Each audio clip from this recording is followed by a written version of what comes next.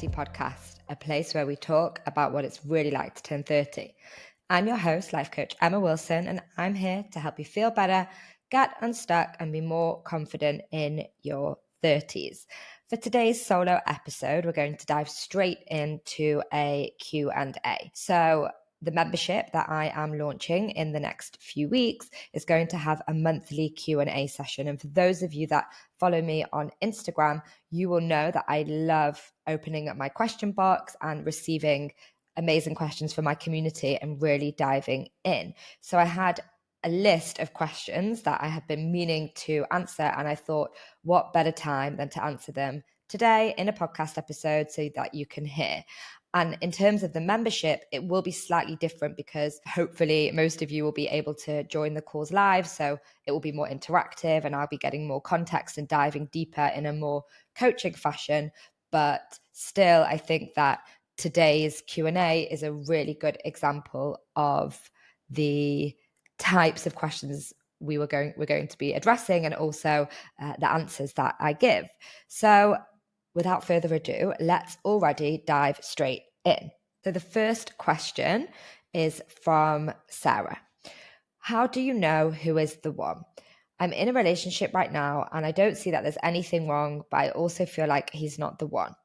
But in the past, I was in an abusive relationship, so I'm really not sure if it's PTSD or my gut. Okay, let's start. So my first instinct when somebody tells me something like this, a question of, I'm not sure if he's the one and there's nothing wrong, used to be, gosh, don't settle, girl, move on. You're going to find someone that you know is the one. You'll just know, it will click. But over the years, after working with hundreds of women who are in relationships or starting relationships and having doubts and questioning connections, and also my own personal experience in relationships, I know that sometimes the answer to this isn't quite as simple as, girl, just move on.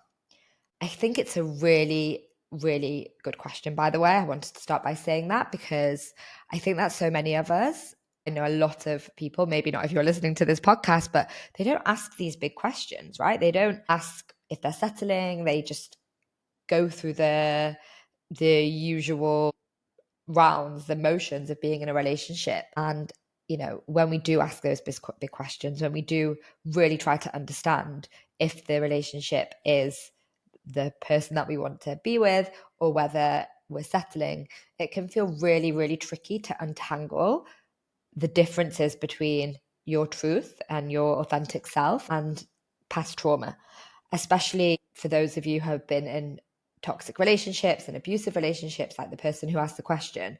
So I just really want to first of all validate how hard it can feel. And I want to also share that I went through a very similar situation. For a lot of time, I was in a relationship in my early 30s that really, I knew in my heart of hearts I wasn't the person for me, but I asked myself, or I told myself that maybe I was the problem.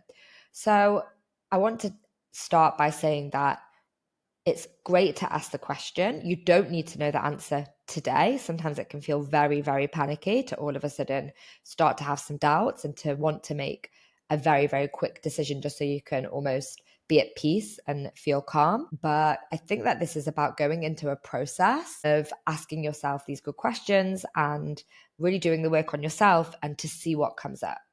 So my 2 cents is that there is no such thing as the one. It's not necessarily going to be that in your life you meet one singular person who is perfect for you. And like we see in the movies, that this, we just have a meet cute in a grocery store and you both go to grab the same apple and that's it. You found this perfect person who has solved all your problems. That's really what we have been socially conditioned to think that finding love will be like. I think that it's more accurate to say that you're looking for somebody out there to choose to do the big life things together. And this person is going to be somebody who aligns with your values, very important, respects you, and makes you feel safe and supported. And unfortunately, in that description, and I know it's not very romantic, I don't think that there is so much focus on the fairy tale butterflies, the feeling of extreme lust. And don't get me wrong, we should always be attracted to our partners. Of course, intimacy and attraction are very, very crucial elements of being with another person, especially if this person is going to be our life partner. But I personally think what matters more is whether you feel calm, whether you feel secure, whether you feel like you can grow together. And I think that sometimes if we're used to very dramatic roller coaster, wavy relationships where we're used to the pendulum swinging backwards and forwards. So maybe we're used to having arguments and pulling away and then coming closer together. And all of a sudden we can meet somebody where actually nothing is wrong. Like it just feels like everything's going in the right direction and there's chemistry, but it just doesn't feel dramatic. It just doesn't feel emotionally charged, let's say. Then we can start to really think that there's something wrong with the connection, but maybe there isn't. When we really start to detach from that fairy tale Disney needing and wanting something to be exciting and full of lust and full of butterflies and sparks, we can actually really feel a little bit more at peace with the fact it doesn't feel like that. But that doesn't mean that your gut isn't trying to tell you something. If this feeling of him not being the one isn't trying to tell you something, because as I said before, my own personal experience was that I did really deep down know that he wasn't the one, and I had a lot of thoughts about it, but I never actually acted on them for a few different reasons. So I've come up with a few different questions that I think is a good idea that you can ask yourself to really get to the bottom of this and to really, like I said, go into a process where you can get some clarity. So the first thing is, how do you feel when you're in the relationship? Not just when things are good and great and you're posing for pictures and you're matching Christmas pajamas or you're at a friend's wedding, but in the day-to-day, in the daily routine, the mundane things. Do you feel seen? Do you feel heard? Do you feel respected? Do you feel valued? And most importantly, do you feel safe? Do you feel safe to be who you truly authentically are? Because I, from all my experience of past relationships, think that is one of the key and fundamental things that we should be looking for, is that feeling of safety. And I'm not talking safety that the person is promising you marriage or the person is promising from the start undying love and undying commitment. I mean, do you feel safe to be who you truly are? Because I think a lot of time in relationships, we can get into dynamics where we feel like we have to hide parts of ourselves, or we feel like the other person doesn't fully support us or doesn't really value how amazing we are and how incredible we are. And I think that's a really important question, is to really take a look at the day-to-day, and you can really dive into that with a journaling practice. So you can journal every day and read it back over the space of, I would say, do it for at least 2 weeks, but potentially a month, and look back and see, okay, are we arguing more than we are getting on? Are we distant more than we are close? Are we feeling less connected to each other? Do I feel like I can be truly who I am? The second question I would ask is, are you aligned in your values and goals?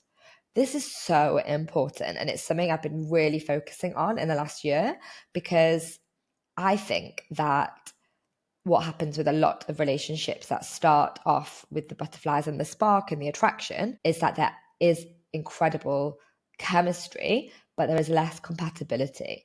There is less room for the things that you share together. So I'm not going to dive too deeply into this now, but I really recommend that you go into the podcast notes, and I have a free values worksheet which you can download. It's a workbook where basically you can really understand what your values are and also what the values you're looking for in a partner and shared values. So this isn't just for my single followers, this is also for those of you in relationships who really want to take an approach to finding a partner that is less about chemistry and more about compatibility and aligned values. The third question I would ask is, what are the specific doubts that you have? Because this person in the question said, it made out that there's nothing in particular. It just feels like he's not the one. So I would try to be very clear with yourself about what the things are that make you think that this person isn't the one, and try to name them without judgment. I think that it's about really defining what the doubts are and then looking at them as objectively as possible to see if they're things that can be overcome with communication, to see if they're things that you want to compromise on or you don't want to compromise on. And are they related to something you're sensing? Because if you can't think of tangible things, but you're feeling more, oh, it just feels like my nervous system isn't right, or there's something in the air between us, there's an energy, then I think that could really be linked to subconscious beliefs, and it can be linked to fears that are potentially tied to your past experiences. I think it's really scary to make this list and to get specific with the doubts, but often when we pull back the layers, we can actually get a little bit more clarity. And a piece of advice that I remember really taking when I was going through my breakup was thinking about how the things that were cons in the relationship, the things that I wasn't sure about, the doubts that I was having, were actually really central to who I was as a person. And the things that were good about the relationship were not as important. And so when I made the list, I looked at the list and I was like, hold on one second. It's really important for me to be with somebody who is able to communicate clearly and who has emotional maturity in a relationship. And that's key to who I am, but this person doesn't have those things. So I think it's really important to get clear on the things that you are very central to you and the things that are less important in the long run. The last question I would ask is, how does this person respond to your emotions and needs? Does he hold space for you to talk about your past? Does he hold space for you to bring yourself emotionally and to communicate? And does he make you feel supported when you're feeling unsure? Now, this is a bit taboo because a lot of people feel really nervous to go to the other person and say, I'm just not sure you're the one. And there's obviously a very tactful way to do it that isn't coming to the other person and saying, I want to break up with you. But I think there's something to be said about really sharing your emotional experience in the relationship and expressing those doubts to a certain level, to say, once you've done the question about the doubts that you've been having, okay, if it's things that can be fixed, if it's things that can be worked on as a couple together, then you can go to your person and say, this is where I feel like my emotional needs aren't being met, or this is where I feel that things can be improved between us. Maybe let's, for example, have a weekly date night. Let's have monthly check-ins. Let's work on our intimacy. Let's be more sociable together. Let's have more alone time, all of those things. So I think that it's really important to ask yourself how the other person is responding to you when you come with your needs. Think that these questions are very heavy for some people, and I think that it's really, really easy to avoid them. And I also think it's really easy to avoid them when you're in your 30s, and the prospect of a big breakup can make you just feel terrified of all the things to come, terrified of being alone, and thinking that you have to start again and go and date again. But I promise you, with a capital P, that being in a relationship with someone when you know they're not the right person for you and you're just biding your time is actually really slowing you down and putting a huge barrier between you and happiness, or you and the relationship that you actually want to be in. And I'm saying that with so much love and compassion because I stayed in that relationship that I'm referring to today for much longer than I needed to because of this huge fear of being alone and dating again in my 30s. But the truth was, when I actually moved that relationship out of the way and decided to be alone and to be 33 years old and exploring myself and my new relationship status for the first time, wow, it was just incredible. It was the best years of my life. And I know it's something that I talk a lot about on the podcast. So I really, really recommend doing this work, answering the questions. I would go into a period of a few months' time in your mind. You don't have to give an ultimatum to the other person, but you can give yourself a deadline, a time period that you will really, go into getting support that you need. Please don't put this in a cupboard in your mind and forget about it. Actively go and seek the answers. I really encourage everyone listening to take the pressure off finding the one and instead really focus on finding a relationship that adds to your life and makes you feel good about yourself and whether you can actually build something with this person, whether you have the aligned values and the goals that you both want the same things in life. So thank you, Sarah, for asking that question. Now, the next question I've received from Hannah is really linked to this question, actually, and I wanted to, on purpose, do them in this order. Asked, I'm 31 years old. I've just ended a 6-year relationship. I recalled back and realized there were many red flags which I've been living in denial or finding excuses for myself. I know the person is not right for me, but how do I tell myself to not blame myself for not ending the relationship earlier? Wow, this is connected, and again, connected to my personal story, because when we do finally make that big life-changing decision to move away from a relationship, it often becomes very, very clear that we should have done it sooner. I think it's really, really normal. I see it a lot with clients who are going through big breakups, and I also experienced it myself. I firstly think that we should all just honor the courage it takes to end a relationship, to say that yes, it can feel like we want to beat ourselves up, because when you're on the other side of something, often the clarity is so strong that we can't believe how we acted before.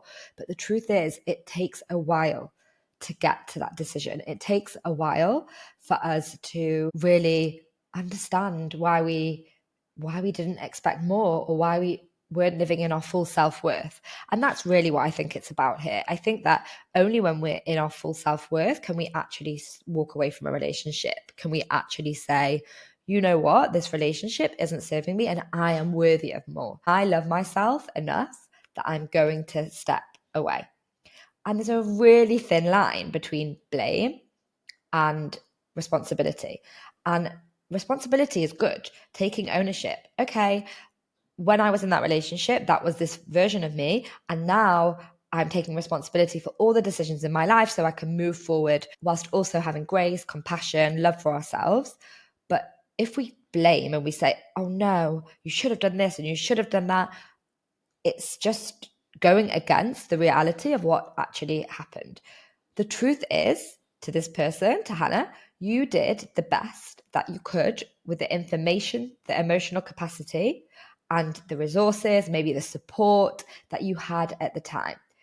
And you stayed because on some level, this relationship served a purpose for you. And it might not become clear yet what that purpose is, whether it was about safety or love or simply just growth. Maybe you needed to be in the incubator of that relationship in order to grow your self-worth and realize, and it doesn't make you weak, it just makes you human. And I think it's really a good idea, and I'm happy that people ask these questions, because it can be something that becomes baggage that goes on to our next relationship, and it comes with us in our relationships. And let's all remember that when it comes to relationships, when it comes to our exes, and it comes to finding new love and finding the right relationship, every relationship that you're in, no matter how long, whether it's 10 days, whether it's 10 years, whether it's 10 months, is going to teach us things about ourselves. And I really love that concept of every person comes to us for a reason, that they want to show us something about ourselves, and we want to learn about ourselves in our relationship. So important, because if we think that every relationship is just there for no greater good or for no reason, it can definitely feel like every relationship that doesn't work out was quote unquote a huge waste of time. But I'm not a believer in waste of time. I really don't think that there's such thing. And I've actually been listening recently to a lot of Kabbalah. So I've dived into David Guillaume. He has a podcast called Manifesting Miracles, and it's based on the teachings of Kabbalah. And he actually talks a lot about soulmates and finding relationships and being single. And he shared an idea about this concept of breaking up with somebody or having a relationship that doesn't last, that we are all vessels and we're constantly evolving to receive and hold the experiences that we're ready for. So that version of you from 6 years ago, or for the past 6 years, who's been in the relationship, was only capable of holding as the vessel what she could at that time. So that version of you chose this relationship because it fit the capacity of your vessel at that stage in your life. and then you outgrew. Okay, the vessel outgrew. You've expanded and you've grown, and your vessel can no longer hold something that doesn't align with your higher self. And that's the point that I was making earlier about evolution. And that is a really hard lesson to come to terms with, because it's almost like looking at the past version of yourself and saying, okay, you weren't ready yet. But for whatever reason, she wasn't. And I look back on my past relationship and I know that it was important that I was in the relationship so that I could really learn about myself and I could really understand all the things that I don't want in my future relationships. And also that I can come to terms with the parts of myself that I was attracting another person with. The things that were important to me when I was 29, when I got into that relationship, were very different to the person that I became at the age of 35 when I met my current partner. So every step of my journey was necessary to reach this point that I'm at today. And I don't believe in any wasted time. I think that it all happened exactly as it was supposed to. Now let's move on to the next question. This was sent to me anonymously. I'm 35. I have everything I need. I own a home, a car, a good job. I'm self-sufficient. What can I do about being sad about fuckboys and men? How can I feel okay to be alone with no prospect of getting married or having kids anytime soon? When I'm coaching someone, I'm always listening to the language that they use, because this language is a reflection of what's really going on in our minds. It's a reflection of our inner thoughts, and our thoughts are always creating our reality, i.e., how we perceive something is creating the way that we respond and our behavior. Now, I'm sure, as you all heard, the person that has sent this to me clearly has some inner thoughts that are present, and I'm almost certain that they are shaping her reality.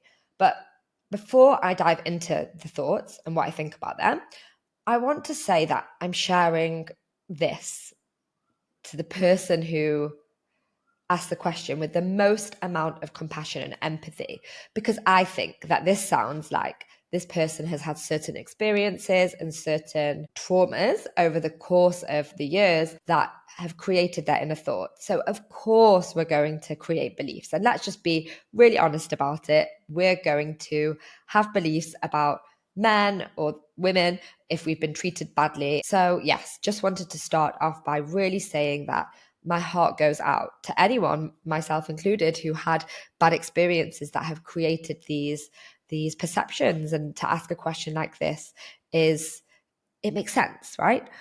I think that the question itself is very clear, that the person has already convinced herself that she is going to be alone. And maybe if you're listening, you also have these thoughts because you've also convinced yourself that you're going to be alone. And she's also convinced herself that the opposite sex to her, men, are not good. And the use of the word fuckboys, it just sounds very much like there's an emotional charge here. And I think it's really important to look at these thoughts and to do this work, because at the end of the day, these thoughts are going to be there whether you like them or not. So a really good exercise that I always get clients to do when I notice things like this is to really write out those thoughts and to do the healing work. And this is something that I do a lot in my coaching containers, is that I teach you how to reframe the thoughts, how to look at the thought, really to ask yourself the big questions. Why do I think this? Is this actually true? And I actually really love the work of Byron Katie here, and it's something I also teach in my containers, something that I have done my coach training on, is to really think how you can take these thoughts and turn them around, or take the thoughts and try to think something else that's actually going to give you the result that you want. And there's a few steps of questions that you can ask yourself, but really the bottom line is ask yourself how thinking that you're never going to meet somebody, or that you're always going to be alone, or that you hate men is going to actually truly affect your behavior. Because I promise you, for any of you who have those negative thoughts and are thinking things like this, for sure, you're going to show up very differently in your dating life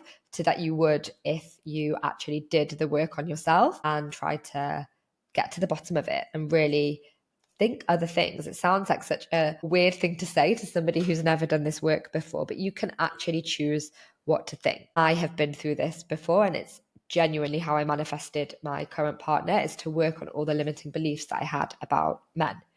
A really good place to start with this is the Anxious Girl's Guide to Dating, which is a digital workbook that I have been selling on my Instagram for the last few months, and it's been amazing. I've had so much good response from people who are doing it, and in there has a really good exercise about how to reframe thoughts. So I've also linked that below in the show notes if you want to go and have a look.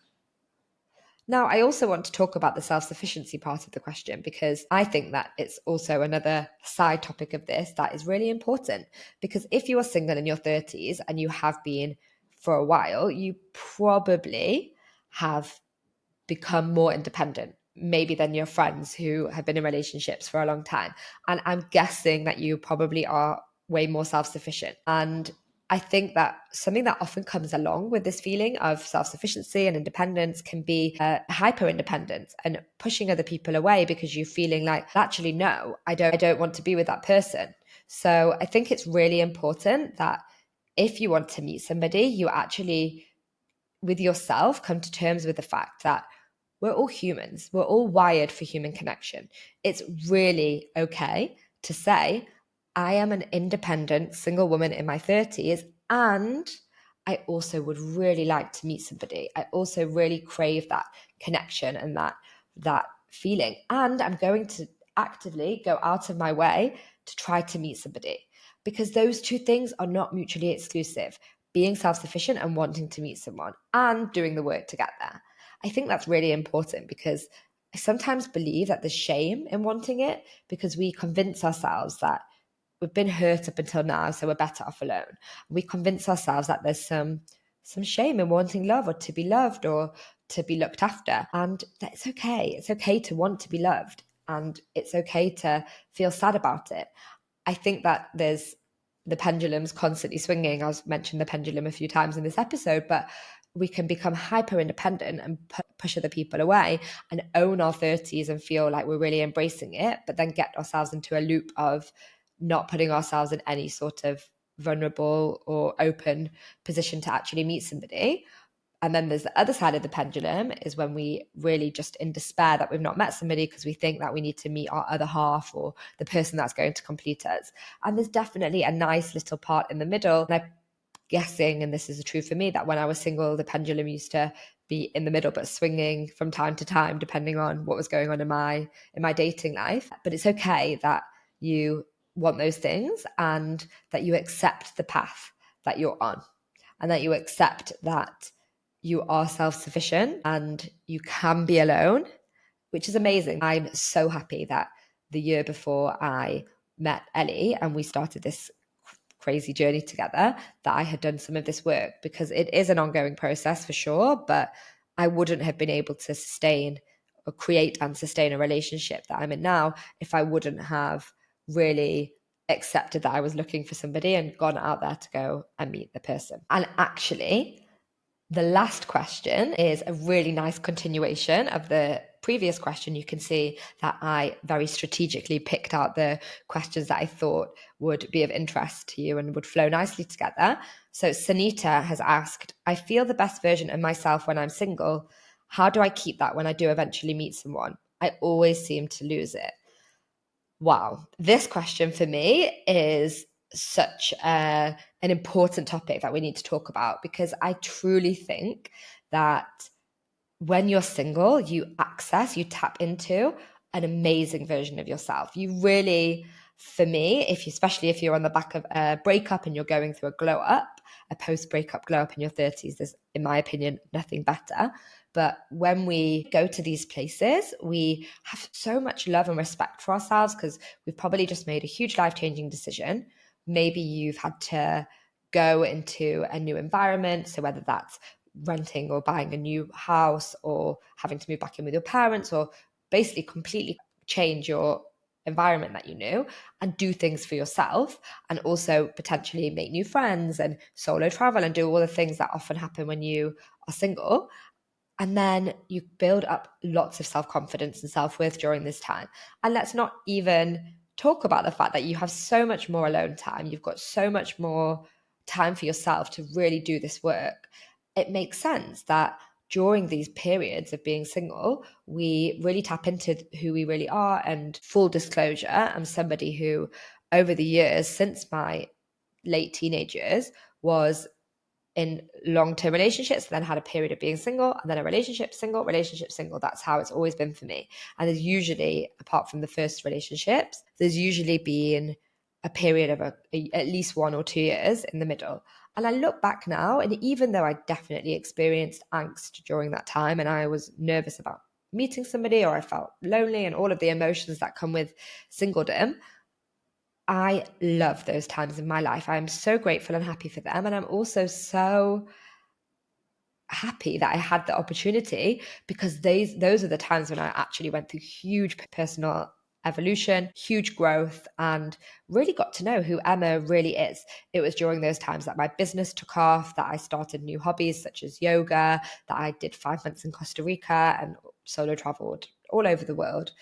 It was during those times that I've made incredible friendships. So let's normalize, firstly, the amazing beauty of the single periods in our life, because wow, they really are amazing.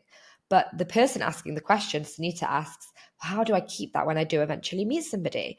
And the answer is, it's really hard. I'll tell you that really honestly. I don't want to beat around the bush here, because I really think that when you meet somebody, you firstly lose that alone time. So you lose that time where you're really focusing on doing your own practices, whether that's going to be a meditation practice or a journal practice, because all of a sudden you've got somebody new in your space. So you don't have so much free time. And if you're really ramping things up with this person in the start of the connection, then it can almost be like you lose your friends, you can lose yourself in that connection.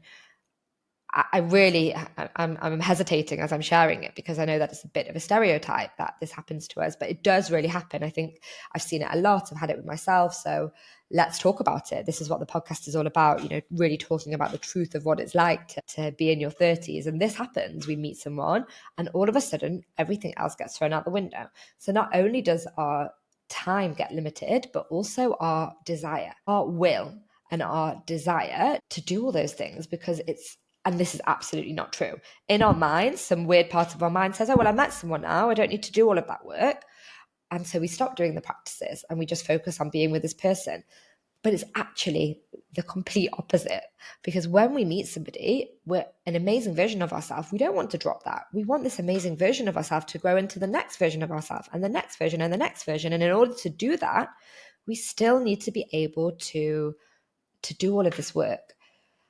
Wow. And people don't do it. And I'm really saying it very clearly, because I've watched it many a time, that people genuinely just meet someone, and we've all heard of the stereotype, let yourself go. And there's a really funny reel going on at the moment that I've seen it in a few different versions of people going viral, when it's a man asking a woman to be his girlfriend officially, and then she's like, all of a sudden changes out of this really nice outfit with makeup and high heels, and she's all of a sudden wearing like her tracksuit and her Crocs, and she's got a bun on her head, and she's got no makeup on. You get the point. And even though it's really funny, it is really true. And I think that reel is more about the way that you look, but for me it's more about the inner work, that you stop trying to evolve and do the inner work on yourself. So my advice would be here is to not stop. And I would say, practically speaking, what this means is that you should still keep with the practices, still carve out alone time. So even if you want to see this person 6 nights a week, say, okay, I'm actually going to make sure I have 1 or 2 nights a week alone, like I did when I was single. And I'm still going to keep those time as sacred me time, because even though I'm in a relationship now, this time is still as sacred, if not even more sacred than before. And let me tell you, your relationship will absolutely benefit from doing these things, because when you spend too much time with one person, which we often do right at the start of a relationship, it doesn't benefit either person. It can become claustrophobic, and also you can't carry on like that. You cannot live your whole life with somebody else doing everything every minute of the day. It's really impossible, and it's really difficult. So keep up the practices, carve out time for yourself. Make sure that you're prioritizing your friendships, your relationships outside of this relationship. And I think also go on a self-development journey with your partner.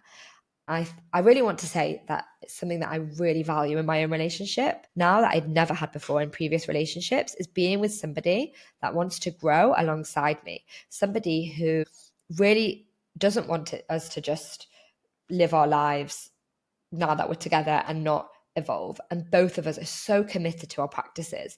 We're really committed also to giving each other the time and the space to be alone, even to the point where I can often say to Ellie, if I've not spent enough time by myself, which obviously is much harder when you throw a child into the mix, but I can often say to him, I need to be alone right now. And is it okay if we just eat dinner in silence, or I'm going to eat separately? And he really appreciates that. And he's also the same. And we both really know and respect each other's needs and wants to go on our own self-development journeys. So I think that you will be with the right person when the other person will respect and really, really support you to be the best version of yourself, because the best version of ourselves shouldn't just be when we're single. It's amazing that they can be, but it should also be when you meet somebody as well. I really hope you enjoyed these questions. They were very themed about relationships, and I'm thinking of doing another Q&A all about career and work and money. So if you would like to submit a question, please send an email to me. I have put the email address below, and I really look forward to hearing about what you think of this episode, if you like the format. And of course, if this helped you or any of the questions resonate with anyone that you know, I would so appreciate you to review the podcast, rate it, share it, and follow it, all of the things. And I've also recently started noticing on Spotify that people are using the comment sections on podcasts to really interact. And I can't tell you how great that is for a podcaster, because often we're just speaking into the screen and into our microphone and into the ether, and we never actually get the chance to hear what you think about it. So go and pop a comment below if there's any feedback, and I will see everybody on the podcast next week.